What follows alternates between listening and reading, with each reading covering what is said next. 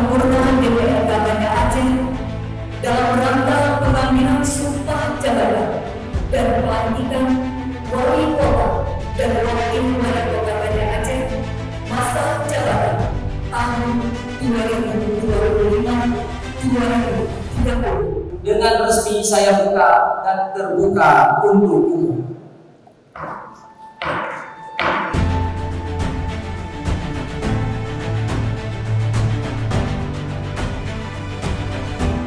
Demi Allah, saya bersumpah akan memenuhi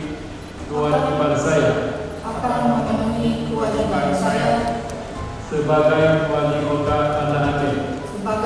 kota Banda Aceh, wakil